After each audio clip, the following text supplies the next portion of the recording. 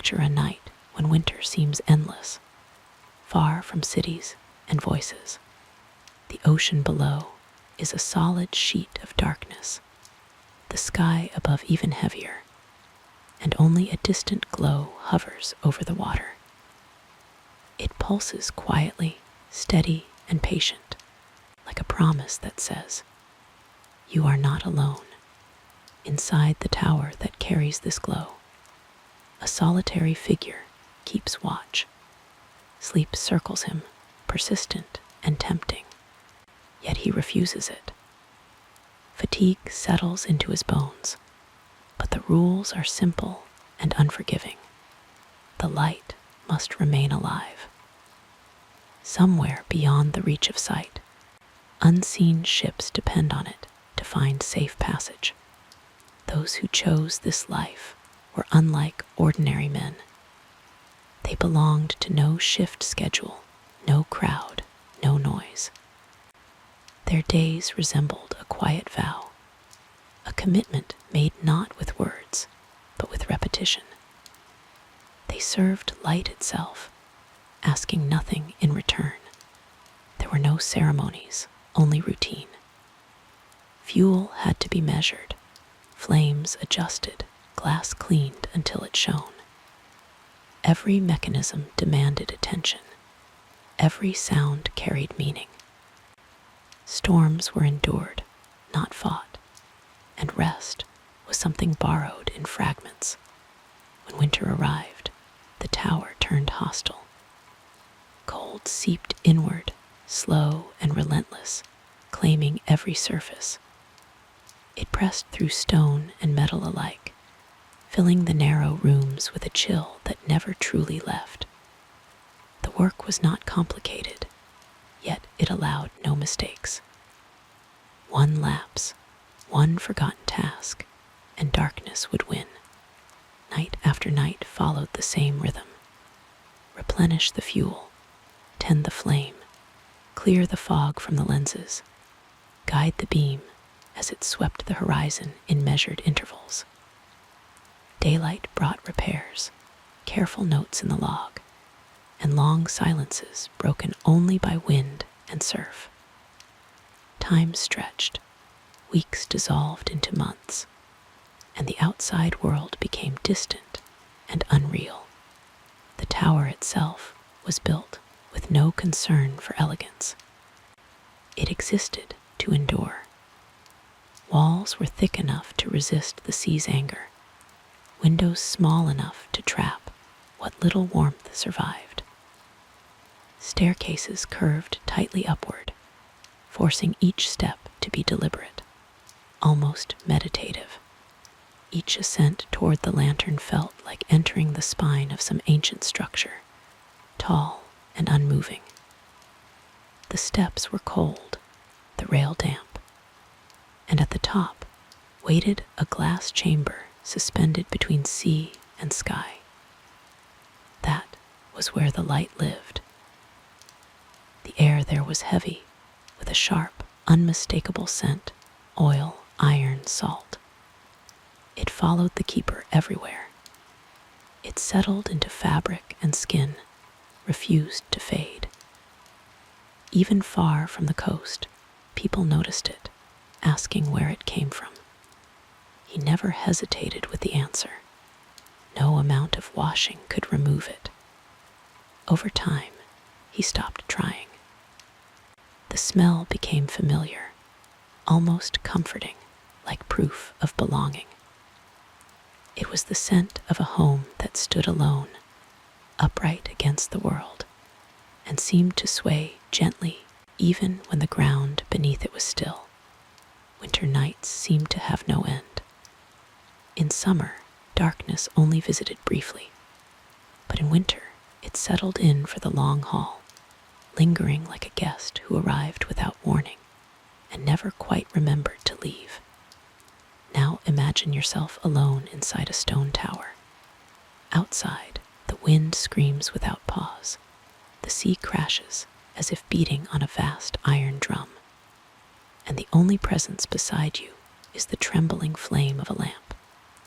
No phone, no radio, No book, your eyes are too tired. Just you, the light, and the night pressing in from all sides. Many keepers later admitted that the first weeks broke them. Silence felt heavy, almost physical. Loneliness wrapped itself tightly around the mind, and thoughts began to move in circles, restless and repetitive. Some did not endure it. There were stories of men sent away early, men who started speaking to the lantern, counting waves, or writing long letters to people who had never existed. Yet those who remained changed. They grew quieter, steadier. They learned how to listen to emptiness and discovered that solitude was not a punishment, but simply another form of living. Sleep inside a lighthouse was unlike ordinary sleep. It was closer to hovering between worlds. Consciousness never fully shut down. It merely slowed, keeping one sense alert at all times. Rest came in fragments. 20 minutes, half an hour, rarely more. The lamp demanded attention. The wick needed adjustment. The glass required wiping. In winter, ice crept over the panes, and it had to be scraped away carefully so the beam would not weaken.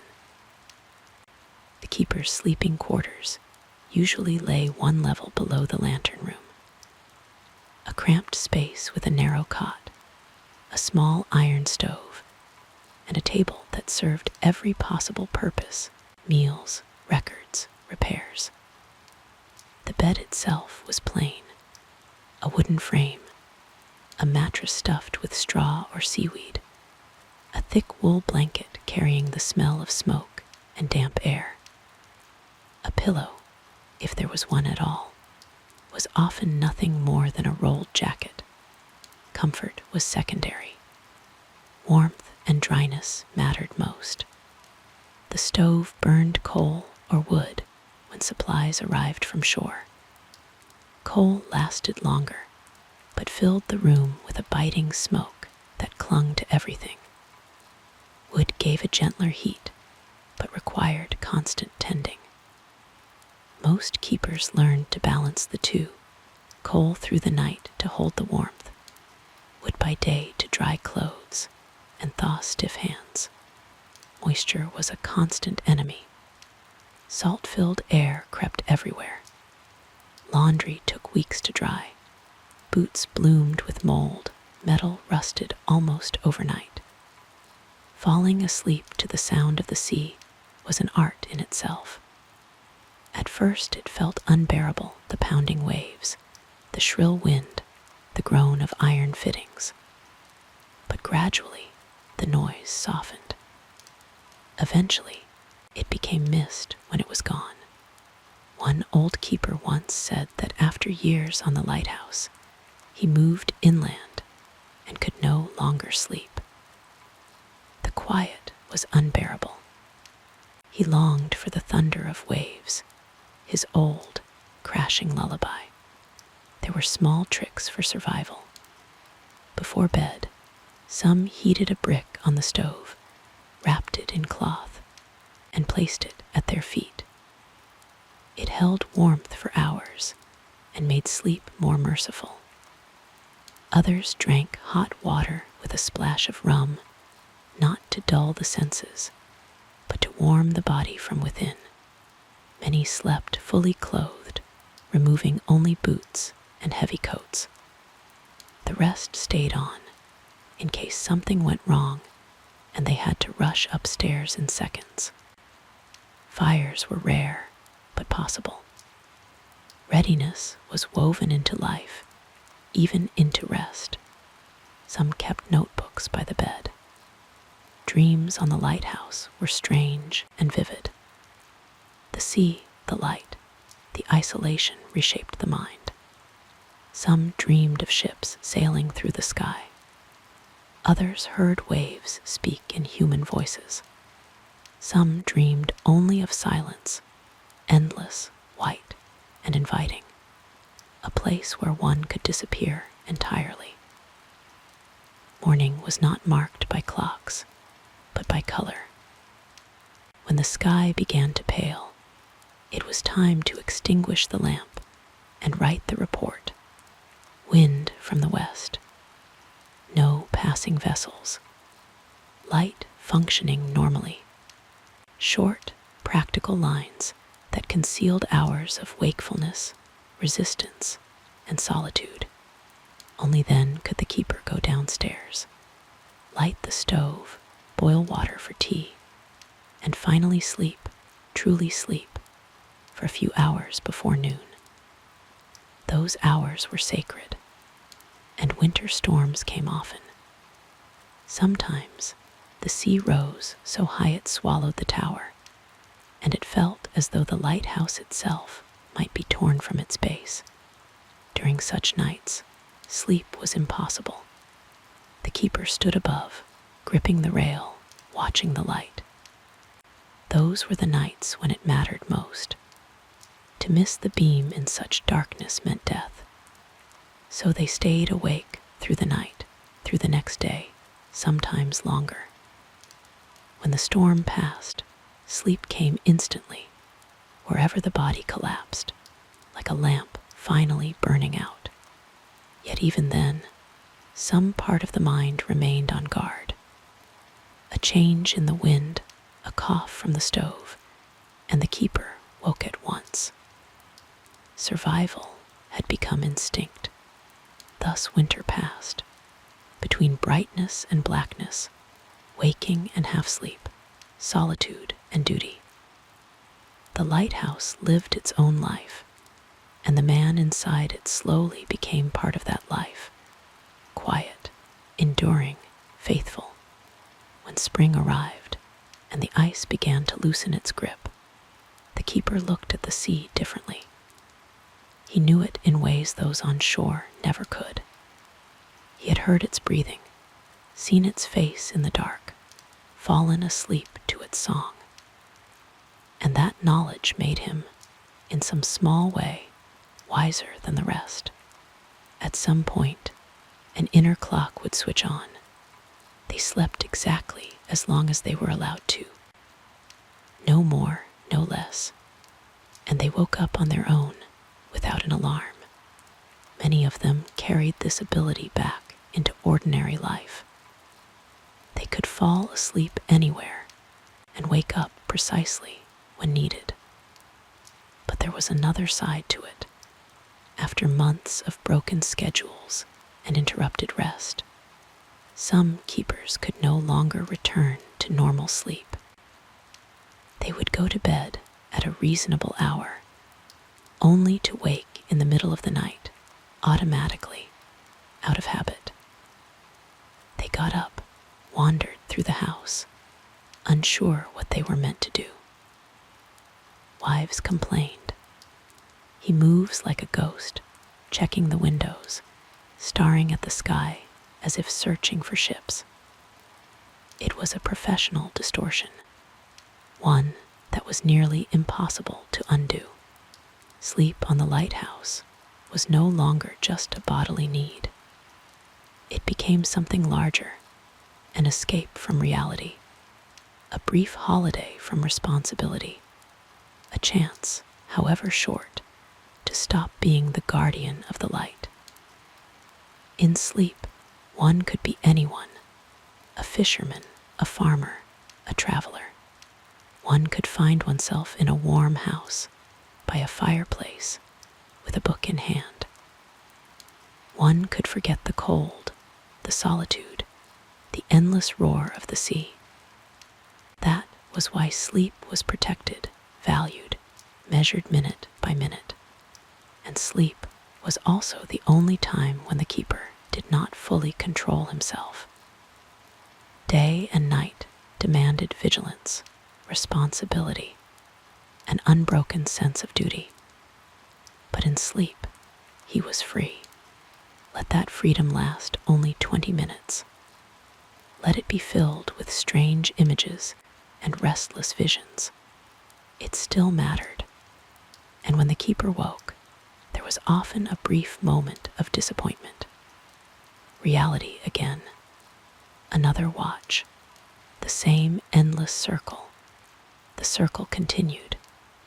He rose, climbed the creaking stairs, checked the flame, wrote down the readings, went back down, lay down again, and then rose once more. A regime that would have destroyed an ordinary person within a month became routine, became life. And somewhere at the border between sleep and wakefulness, between the lantern's glow and the darkness beyond the window, a special state emerged. Not sleep, not wakefulness, something else. A state of permanent watchfulness, when you are both here and far away at the same time. Strangely, in this condition, the simplest sensations became sharper. Hunger, for example, was no longer just a physical need, but something intrusive, distracting, impossible to ignore. Falling asleep on an empty stomach was impossible. The body demanded fuel. A full stomach was just as bad. Heaviness prevented rest, and dreams turned uneasy.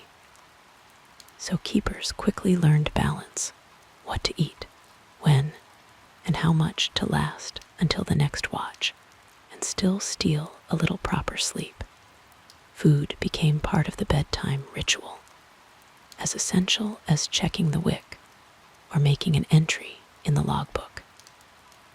Everyone had their own tricks, their own habits, their small comforts that helped them endure another endless winter night. Ask anyone what helps them fall asleep, and many will mention warm milk with honey or a glass of kefir. Some will say chamomile tea, others a small drink of something stronger. Everyone has their rituals, but those only work when there is a choice, when the refrigerator is full, when the shop is just around the corner, when the kitchen has gas and hot water. Now imagine winter, the open sea, a lighthouse far from shore. Supplies delivered 2 months ago. No idea when the next shipment will come. Everything you own fits into 2 wooden crates. That was what dinner before sleep was made from. Provisions arrived rarely. Once a month, if the weather allowed. Once every 2 or 3 months, if it didn't. In winter, keepers could be cut off from the mainland for half a year. Ice blocked the boats, and there were never enough icebreakers for every lighthouse. So food was chosen for longevity, things that survived damp air and time. Hardtack, salted meat, grains, dried fish, canned goods, fresh vegetables and fruit were a luxury remembered with longing. Hardtack formed the base of the diet. Not the golden, flavored crackers sold today, but real sea biscuits, palm-sized, pale, hard as stone. They were baked for storage, dried until no moisture remained. You couldn't really bite into one. Teeth wouldn't survive. So they were soaked in water, tea, soup, anything available. Once softened, the biscuit became edible, though not flavorful. But flavor was not something one demanded from lighthouse food. The main thing was to fill the stomach and avoid poisoning. Salted meat came next. Beef or pork packed in barrels, preserved with so much salt that a first-timer would spit it out in shock. But it was necessary. Without salt, the meat would rot within days. Before cooking, it was soaked for hours. Water changed again and again. Then it was boiled slowly until it softened. The result was a rich, fatty broth, drunk hot or poured over porridge. Porridge was dinner, breakfast, and lunch all at once. Oats, barley, millet, sometimes water, sometimes broth. Sugar was rare, butter even rarer. It was thick, bland, eaten with a spoon, and washed down with hot water or tea. It doesn't sound appetizing, but after 12 hours in freezing wind, with numb hands and an empty stomach, it felt like a feast. Most importantly, it warmed the body and helped sleep arrive. A full stomach calmed the nerves better than any sleeping pill. Fish was almost always present. If the lighthouse stood on shore or an island, keepers sometimes fished when time allowed. A rod, a net, waiting, sometimes flounder, sometimes cod, sometimes herring, sometimes nothing. When luck came, the fish was cooked immediately, boiled, pan-fried if there was oil, or baked in the stove wrapped in a damp cloth. Fresh fish was a celebration. It was eaten slowly, savoring each bite. The rest was salted or dried for later. Dried fish hung from ropes beneath the ceiling of the sleeping quarters. It was tough, salty, smelled of sea and time. Before sleep, when one wanted something to chew, a keeper would tear off a piece and chew it slowly, thinking his own thoughts. It was less a meal than a meditation. The repetitive chewing soothed the mind, pushed anxious thoughts aside, prepared the body for sleep. Though it made one terribly thirsty, salt always won. Some gave up dried fish at night for that reason. Too much getting up for water. Canned food appeared toward the end of the 19th century and felt like salvation. Stewed meat, canned fish, occasionally vegetables. Tin cans lasted for months, unaffected by cold or damp. Opening one was a ritual. A knife through the lid, metal bent back, a smell that briefly suggested a normal world, factories, shops, civilization. Sometimes it was eaten straight from the can with soaked hardtack, sometimes warmed and mixed into porridge. By Lighthouse standards, it was both filling and good. Tea was constant. Not delicate jasmine tea, but rough brick tea, compressed leaves broken off in chunks and brewed in boiling water. Drunk hot, burning the lips. Tea warmed, steadied, filled the silence. Before watch, during watch, after watch, before sleep. Sugar was added if available. Often it was held between the cheek and gum, sipped through slowly to make it last. Sugar was precious. Issued in rations meant to stretch for weeks. Some saved it for illness or moments of deep sadness. A melting sugar cube was a small joy, a memory of sweetness. When sugar ran out, tea was drunk plain, bitter, sharp, but at least hot. On especially hard nights, a drop of rum or spirit was added. Officially, alcohol was part of the allowance for warmth and health. In reality, it was minimal, 50 grams a week. Still, it mattered. Added to tea before sleep, not to intoxicate, but to relax. Warmth spread, muscles loosened, sleep came easier. One had to be careful. A drunk keeper was a disaster. The light required a clear head. There were stranger remedies. Hot water with melted fat, for instance. Pork fat rendered, poured into boiling water, salted, and drunk. Unpleasant, but dense with calories and warmth. Exhausted bodies accepted it gratefully. Afterward, one wanted only to lie down and pull the blanket tight. Soup before sleep was another tradition, made from whatever remained: meat, grain, dried fish, water, boiled until it became a thick, uniform mass. Eaten slowly, warming hands on the mug.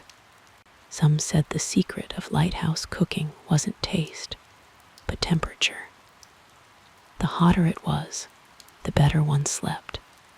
Bread was rare. Flour arrived, but baking in damp conditions was difficult. Dough refused to rise. Crusts stayed pale. So flatbreads were made instead: flour, water, salt, fried or baked. Fresh, they were soft and wonderful. By morning, they hardened into the same old biscuits. Still, a warm flatbread with salted meat felt like luxury. There were food superstitions, too. Never eat fish with its head pointing east. It meant a storm. The last biscuit in the sack should be broken in half, one piece thrown into the sea, to keep it kind and ensure the next delivery arrived. Some left a piece of bread on the table at night for the house spirit, though none truly believed one lived there. It was habit, ritual, a way to feel connected to something larger. Cooking was simple. No sauces, no spices. Into the pot, add water, wait. Time was scarce. Appetite for effort even scarcer. Food was fuel, not pleasure. Enough to warm you, fill you, carry you to the next watch. Many former keepers later found they couldn't enjoy elaborate meals.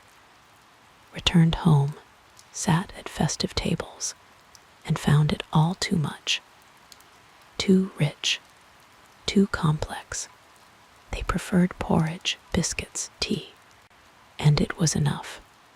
One former keeper said, "The best food is the kind after which you can sleep. Everything else is indulgence." The evening snack mattered. Eat too much, you toss and turn. Eat too little, hunger wakes you in the dark.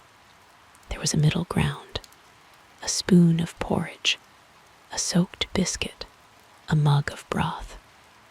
Everyone found their own balance. All of it happened in silence, alone, by the dim light of a kerosene lamp, chewing warm, tasteless food, listening to the wind howl, the stove crack, the sea strike the rocks, and thinking about home, about family, about people sleeping on shore in warm beds, unaware that somewhere at the edge of the world, someone was guarding a light and eating cold porridge from a tin bowl. It was then, with a full stomach and a brief pause before the next watch, that letters were taken out. Old ones, faded, read so many times they nearly fell apart. Letters from wives, from children, from friends. Read again for comfort and strength. Replies were written, long, honest ones, that might arrive months later, or never at all. That didn't matter. Writing itself mattered. Speaking, even across 1,000 miles. The strangest part of lighthouse service was not solitude itself, but its length. A week alone is an adventure. A month is a trial. 3 months is a threshold beyond which something changes. Humans need voices, faces, touch. Without them, the soul dries out. Letters were the only way to keep it alive. Paper sheets with faded ink, smelling of home, holding the warmth of other hands, reminders that somewhere beyond the sea, you were remembered. Mail arrived irregularly. In theory, every 2 months, with food, with kerosene, when the sea allowed. Mail reached the lighthouse irregularly. In winter, ice could cut it off for half a year. Storms delayed ships for weeks. Sometimes letters arrived in bundles, 10 at once, written over the course of 3 months. They had to be read in order, so life on shore would not lose its sequence, so events would not blur together. The keeper spread the envelopes by date, like cards before a long game of solitaire, and began, slowly, carefully, stretching the pleasure. Letters from wives were usually long, written in small, dense handwriting on both sides of the page. Paper was precious, so there were no margins, words squeezed between lines. Reading required effort, squinting, lifting the page closer to the lamp, deciphering every word, but it never annoyed him. The longer it took to read, the longer the joy lasted. Wives wrote about daily life, about children, neighbors, the weather, about a cow calving, a leaking roof, a youngest child starting school. Ordinary things, simple things. On the lighthouse, they felt almost magical, because they meant life, real, warm, living life. Letters from children were short and crooked. Uneven letters, spelling mistakes, drawings in the margins. A house, a tree, the sun, a cat. The keeper could stare at these clumsy sketches for hours, finding something endlessly touching in them. Papa, when will you come? Mama says soon. I'm waiting. A few lines that tightened the chest. You will come, but when? In a month, 2, half a year, no one knew. It depended on the weather, on rotations, on orders from above. And the child waited, every day watching the road.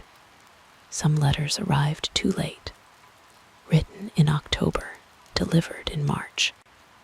In that time, everything could change. Someone might fall ill. Someone might die. Someone might be born. You read about events 5 months old, knowing that things were already different now, but not knowing how. That uncertainty was torment. You wanted to know immediately. How are they? Are they safe? Is everything all right? But there was no instant connection.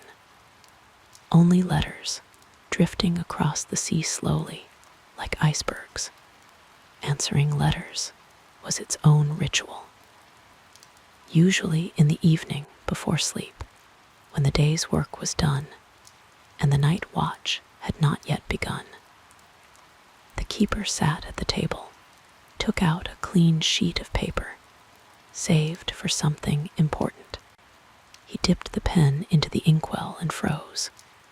Where to begin? How to describe a life made of repetition? Wind, waves, light, sleep. How not to frighten, not to worry them more than necessary. So they wrote carefully. I'm all right. The service goes on as usual. The weather changes, but I manage. Take care of yourself and the children. I kiss you tightly. But some wrote honestly, long, detailed letters, pouring out everything that had built up. About broken sleep. About the howling wind that made it feel like madness was close. About the hunger for a human voice, any voice, even a stranger's. About being sick of salted meat and hardtack. About exhaustion from the sea that never fell silent. They wrote knowing the letter might never arrive. Storms, shipwrecks, loss along the way. It happened. They wrote anyway. because writing itself calmed them. Let them speak, if only to paper. Reading old letters became a habit. When no new ones came, they took out the worn, reread pages, creased and soft from handling. Read them again and again, memorizing every word. Not for information, for closeness. Letters written by a wife's hand carried the warmth of her presence. As if she were nearby, leaning over the table, forming the words. It was almost a conversation, almost not being alone.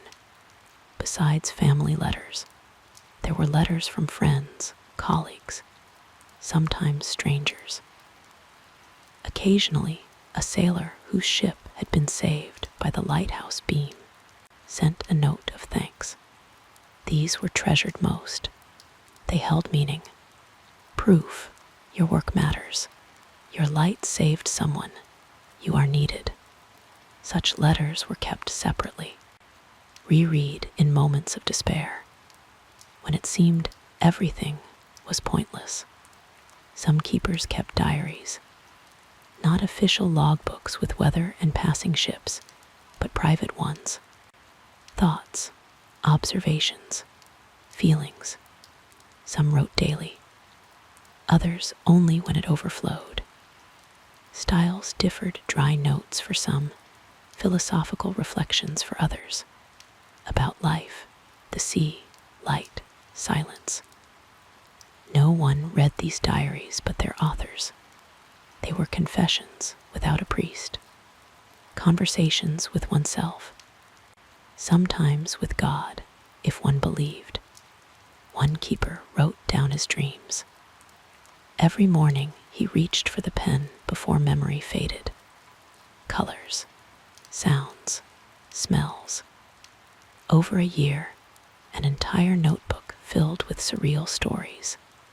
Ships turning into birds. A lighthouse floating through the sky. A sea made of liquid light. Later, back on shore, he showed the notebook to a doctor. The doctor shook his head. Loneliness and lack of sleep, classic symptoms. The keeper didn't care.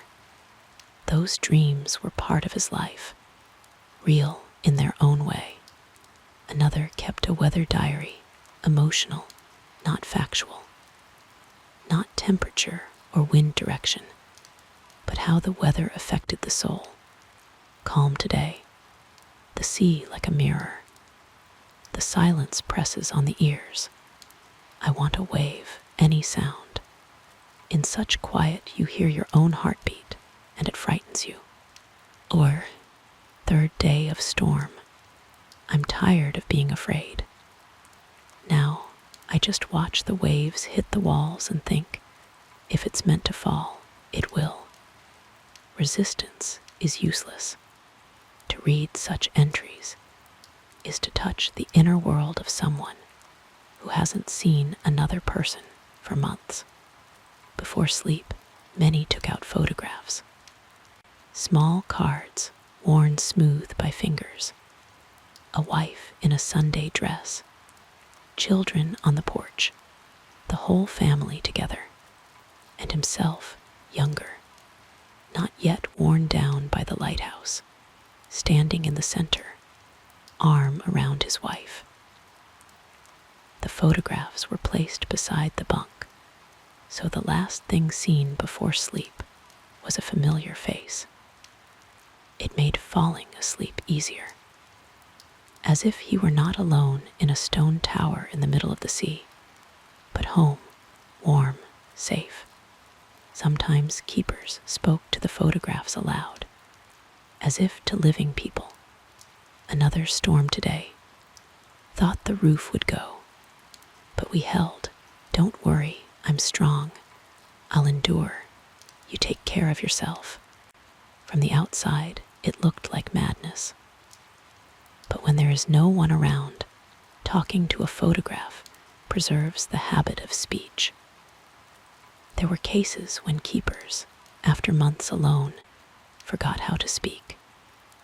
returned to shore, stumbled over words, whispered instead of talking. Vocal cords, unused, grew weak. Prayer before sleep was also conversation. Not necessarily with God, not everyone believed, but with something higher, something unnamed, that helped endure another night. Give me strength, give me patience, let me last until rotation. Let me come home. Simple words, repeated like a mantra. They calmed. They gave the sense that you were not entirely alone. Reading before sleep was a luxury. Books were rare on lighthouses, heavy, taking space, ruined by dampness. But if a keeper could read and had even one book, it was guarded like treasure. Read dozens of times, pages memorized, most often a Bible, a book of poems, or an adventure novel. Read by dim lamplight, squinting, eyes aching. A few pages per night, no more. Those pages carried you thousands of miles away, into other lives. And sleep came easier. Memories before sleep were unavoidable. Lying on a hard bunk under a rough blanket, eyes closed, the keeper remembered meeting his wife. The birth of his first child, building the house, planting an apple tree, picking mushrooms in the forest. Small things, worthless in ordinary life, here were gold. Each memory was a jewel turned over again and again. Some feared remembering memories brought longing, and longing kept sleep away. You lay awake, recalling the smell of fresh pie, children's laughter, the creak of the gate, and realized none of it existed here. Only cold walls, wind, loneliness. So some avoided memory, or remembered selectively, only light fragments without sharp details. Others cultivated memories deliberately, built entire inner worlds where they lived alongside reality, closed their eyes and imagined home, stove, children on the floor, wife cooking dinner. They sank so deeply into these visions they almost smelled, almost heard them. A kind of meditation, a defense. Without it, some would not have endured. Many admitted the hardest time was not storms, not cold, not hunger. The hardest time was evening before sleep. When the day's tasks were done, the watch had not yet begun, and there were hours left to think. That was when loneliness hit hardest. That was when letters were taken out, photographs studied, prayers whispered, memories summoned, anything to avoid facing the emptiness. Falling asleep after such evenings was strange. You were exhausted, but unwilling to let go of those fragile threads tying you to home. So sleep dragged on, lying, staring at the ceiling, listening to the stove crackle, the wind hum. Eventually, slowly, you let go. You fell into sleep, maybe into warmth and home, maybe into darkness. Sometimes sleep did not come at all. Despite exhaustion, despite broken schedules, the body refused rest. Hours passed, eyes open, mind racing. Insomnia was almost normal on the Lighthouse. The worst part was there was nothing to fight it with. No doctor, no medicine, no walk. Only you, your bunk, and the endless night. And when dawn finally came, you rose with red eyes, knowing the day would be especially hard. The most terrible nights were when the light failed. They could never forgive themselves for a light that went out.